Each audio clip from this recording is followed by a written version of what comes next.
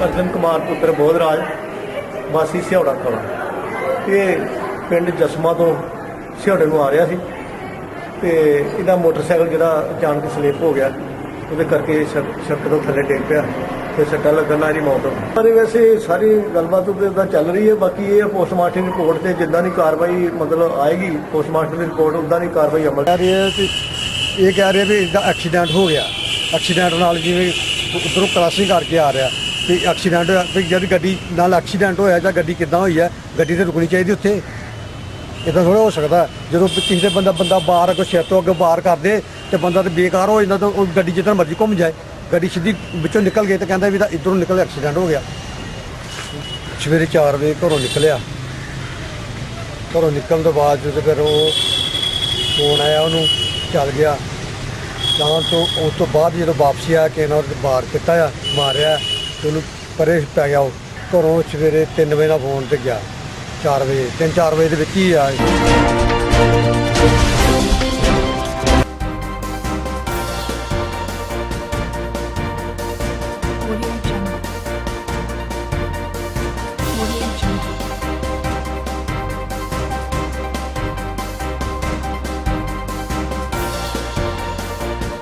नहीं कोई ऐसी गल नहीं है। देखो जदों भी इलैक्शन आउंदे आ, नेड़े इलैक्शन आउंदे आ, बहुत सारिया नवीं साफबंदी जिहड़ियां हुंदियां। कई लोग कोई पार्टी ज्वाइन करते हैं, कोई पार्टी कोई छड्डदे आ। तो जिथों तक पंजाब दे कांग्रेस पार्टी का संबंध है, पिछले 10 साल तो जिहड़ा पंजाब दे विच अकाली दल बीजेपी की सरकार है, ਉਹਦਾ ਜਿਹੜਾ ਲੋਕਾਂ ਦੇ ਵਿੱਚ ਕੰਮ ਕਰਨ ਦਾ ਤਰੀਕਾ ਹੈ, ਉਹ ਕੰਮ ਕਰਨ ਦੇ ਤਰੀਕੇ ਨੂੰ ਅਸੀਂ ਲੋਕਾਂ ਦੇ ਵਿੱਚ ਲੈ ਕੇ ਜਾਣਾ ਕਿ ਕਿਸ ਤਰੀਕੇ ਨਾਲ ਇਹਨਾਂ ਨੇ ਪਿਛਲੇ 10 ਸਾਲਾਂ ਦੇ ਵਿੱਚ ਪੰਜਾਬ ਦੇ ਲੋਕਾਂ ਨੂੰ ਦੇਖੋ। ਇਹ ਕਿਤੇ ਕਿਸੇ ਨੇ ਛੱਡਣਾ, ਇਹ ਕਿਸੇ ਦਾ ਮੈਂ ਸਮਝਦਾ ਕਿ ਉਹਦਾ ਜ਼ਾਤੀ ਇਹਦੇ 'ਚ ਮਕਸਦ ਹੋ ਸਕਦਾ ਹੈ। ਲੇਕਿਨ ਪਾਰਟੀ ਦੇ ਤੌਰ ਦੇ ਉੱਤੇ ਹਮੇਸ਼ਾ ਹੀ ਜਿਹਦਾ ਵੀ ਬੰਦਾ ਸਨਮਾਨ ਹੈ ਕਾਂਗਰਸ ਪਾਰਟੀ ਨੇ ਦਿੱਤਾ ਹੈ ਔਰ ਉਹਨਾਂ ਨੂੰ ਵੀ ਦਿੱਤੇ। ਜਿਹੜਾ ਰਾਹੁਲ ਗਾਂਧੀ ਜੀ ਉਹਨਾਂ ਨੇ ਬੁੱਢਿਆਂ ਨੂੰ ਵਾਗਡੋਰ ਦੇ ਦਿੱਤੀ ਹੈ ਪੰਜਾਬ 'ਚ। देखो ये गल नहीं है, कोई बंदा राजनीति दे विच मैं समझदा उम्र का कोई तकाजा नहीं होना चाहिए और कल नूं असीं भी उस मुकाम ते पहुंचना हैगा। लेकिन जिन्नी देर बंदा चलदा लोकां दे विच ओहदी गलबात है, जिन्नी देर वो पार्टी नूं अगे ले जाण दी ओहदे च समर्था है, ਉਹਦੇ ਵਿੱਚ उम्र का कोई लिहाज नहीं। ये गल सच है कि जिस दिन कैप्टन अमरिंदर सिंह जी पंजाब प्रदेश कांग्रेस के प्रधान बने सन ਤਾਂ ਉਹਨਾਂ ਦੇ ਵਰਕਰਾਂ ਵਿੱਚ ਕਾਫੀ ਉਤਸ਼ਾਹ ਸੀ ਤੇ ਲੋਕ ਵੀ ਇਹ ਸਮਝਦੇ ਸਨ ਕਿ ਸ਼ਾਇਦ ਹੁਣ ਜਿਹੜੀ ਕਾਂਗਰਸ ਆ ਉਹਦੇ ਵਿੱਚ ਜਾਨ ਪੈ ਜਾਏਗੀ। ਲੇਕਿਨ ਜੋ ਹਕੀਕਤ ਆ ਉਹ ਇਹ ਆ ਕਿ ਪੰਜਾਬ ਵਿੱਚ ਹੀ ਨਹੀਂ, ਸਾਰੇ ਹਿੰਦੁਸਤਾਨ ਵਿੱਚ ਹੀ ਕਾਂਗਰਸ ਨੂੰ ਲੋਕਾਂ ਨੇ ਨਕਾਰ ਦਿੱਤਾ ਆ ਤੇ ਕੋਈ ਵੀ ਐਸੀ ਸ਼ਖਸੀਅਤ ਨਹੀਂ, ਉਹ ਕੈਪਟਨ ਸਾਹਿਬ ਹੋਣ, ਬਾਜਵਾ ਸਾਹਿਬ ਹੋਣ ਜਾਂ ਰਾਹੁਲ ਗਾਂਧੀ ਜੀ ਆਪ ਹੋਣ, ਸੋਨੀਆ ਜੀ ਹੋਣ, ਕੋਈ ਵੀ ਹੁਣ ਇਹਨਾਂ ਦੀ ਜਿਹੜੀ ਰੁੜੀ ਜਾਂਦੀ ਬੇੜੀ ਆ ਉਹਨੂੰ ਪਾਰ ਲਾਉਣ ਦੇ ਸਮਰੱਥ ਨਹੀਂ। ਦੂਸਰਾ, ਭਾਵੇਂ ਇਹਨਾਂ ਦੇ ਕਾਂਗਰਸੀ ਲੀਡਰ ਆਪ ਵਿੱਚ ਸ਼ਾਮਲ ਹੋ ਰਹੇ ਆ, ਲੇਕਿਨ ਉਹਨਾਂ ਦੀ ਸਾਰੀ ਵਾਗਡੋਰ ਜਿਹੜੀ ਆ, ਜਿਹੜਾ ਰਿਮੋਟ ਕੰਟਰੋਲ ਆ, ਉਹ ਦਿੱਲੀ 'ਚ ਬੈਠੇ ਲੋਕ ਜਿਹੜੇ ਨੇ, ਜਿਹੜੇ ਗੈਰ ਪੰਜਾਬੀ ਨੇ, ਉਹਨਾਂ ਦੇ ਹੱਥ ਵਿੱਚ ਆ। ਤੇ ਪੰਜਾਬੀ ਬਹਾਦਰ ਕੌਮ ਆ, ਇਹਨਾਂ ਕਦੀ ਵੀ ਕਿਸੇ ਦਾ ਲੋਹਾ ਨਹੀਂ ਮੰਨਿਆ।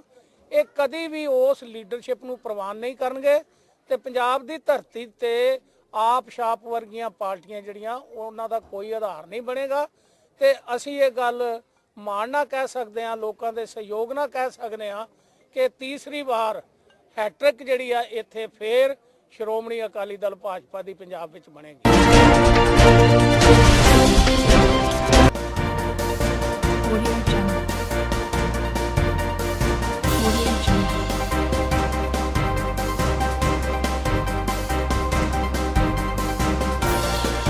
ਵਾਹਿਗੁਰੂ ਜੀ ਕੀ ਫਤਿਹ।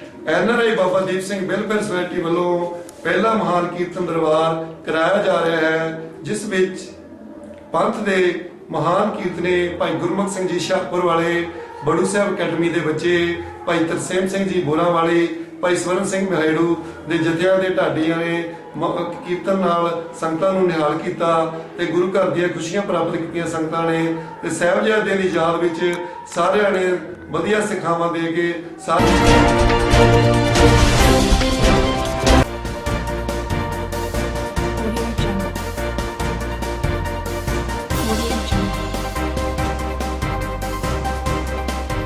क्राइम ब्रांच के एंटी एक्सटॉर्शन सेल को एक इन्फॉर्मेशन मिली थी।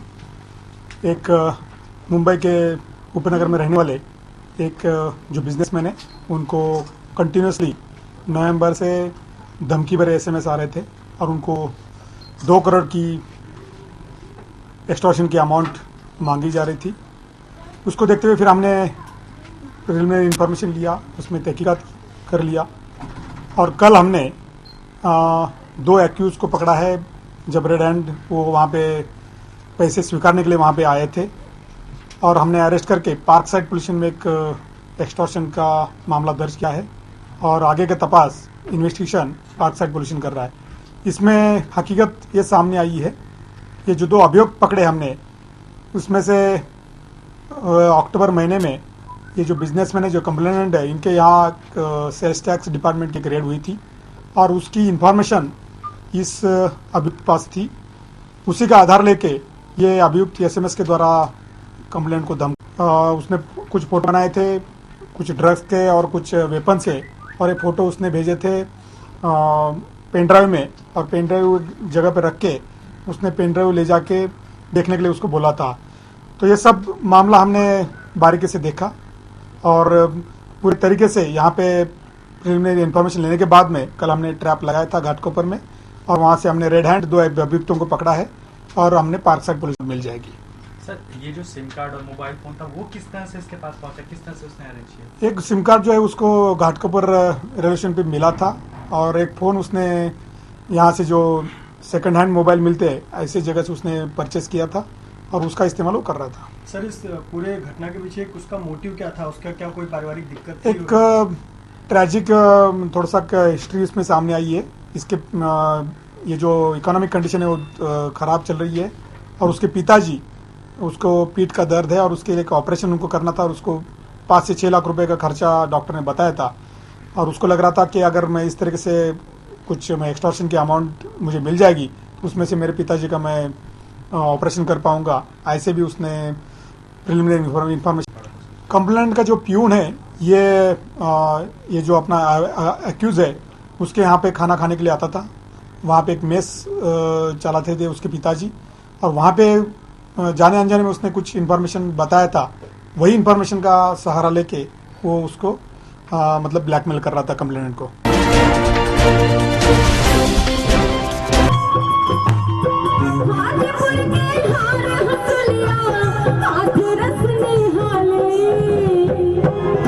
क्या बात है?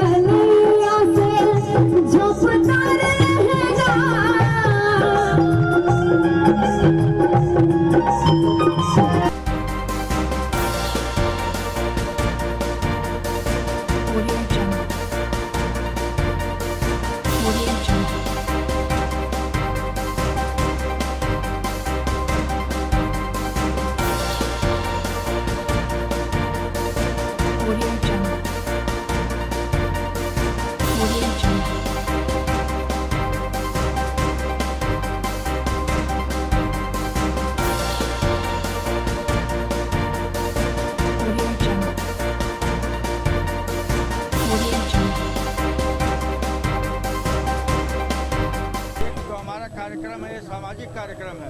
हम चाहते हैं जो भी सामाजिक स्तर पर कार्यक्रम हो उसमें समाज के हर वर्ग शामिल हो। उसमें बीजेपी, शिवसेना, मंच, कांग्रेस का मतलब नहीं है, क्योंकि सब लोग समाज के अंग हैं। और जब हम किसी भी कार्यक्रम को सब लोग मिल के मनाएंगे तो लोगों में आपस में प्रेम, भाईचारा बढ़ेगा और लोग एक दूसरे को अच्छी तरीके से समझ सकते हैं। इसीलिए हमने इस बार सब लोगों को सम्मिलित करके कार्यक्रम किया है। जो कार्यक्रम आप करते हैं उसका उद्देश्य क्या है? देखिए, कार्यक्रम करने का उद्देश्य है कि इस कार्यक्रम के माध्यम से लोगों को जमा करना, आपस में एकता लाना, और प्लस अभी जो नई जनरेशन हमारे आ रही है, अभी हमारा एजुकेशन सिस्टम ऐसा हो गया है, उसमें हमारे पुराने ऋषि मुनि कभी उनके बारे में पढ़ाया नहीं जाता है। तो ये कार्यक्रम में हम हर साल नए बुक लोगों को डिस्ट्रीब्यूट करते हैं।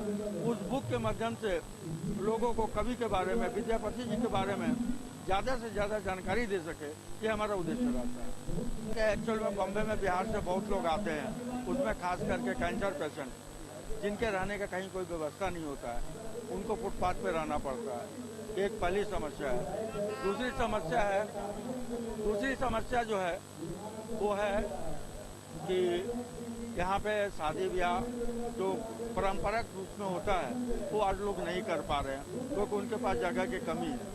तो हम लोगों ने सोचा क्यों ना कोई एक ऐसा स्थान बनाया जाए जहाँ बिहार के जो भी लोग हैं वो वहाँ पे अपनी परंपरा के हिसाब से अपना शादी विवाह जनेऊ जो भी कार्यक्रम उस कार्यक्रम को कर सके। इसी को ध्यान में रख करके हम लोग एक बिहार भवन बना रहे हैं जहाँ सबको उनकी ज़रूरत के हिसाब से सब साधन मिल सके।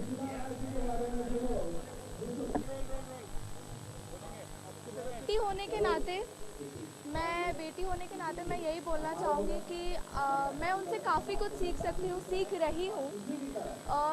बिजनेस के अलावा, काम के अलावा आप उनसे पर्सनल लाइफ के बारे में भी बहुत कुछ सीख सकते हैं। वो एक बहुत ही अंडरस्टैंडिंग इंसान है और भावनाओं को समझते हैं।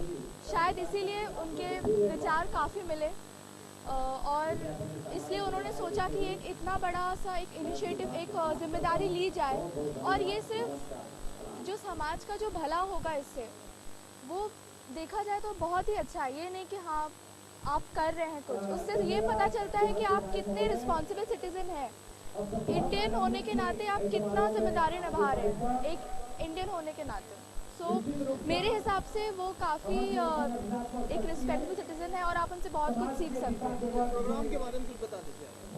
देखिए, इस प्रोग्राम के बारे में जैसे उन्होंने बोला कि काफ़ी कम लोग जानते हैं, काफ़ी कम लोग इस शहर में जानते हैं मिथिला के बारे में। वो ये एक इन्फॉर्मेशन है सबके लिए, सिर्फ मिथिला वासियों के लिए नहीं, मराठीज, गुजराती सबके लिए एक बहुत बड़ा इन्फॉर्मेटिव प्रोग्राम है जहाँ पे हर टाइप के लोग आ रहे हैं और हर टाइप के लोग समझ रहे हैं, कनेक्ट कर पा रहे हैं इस चीज़ से।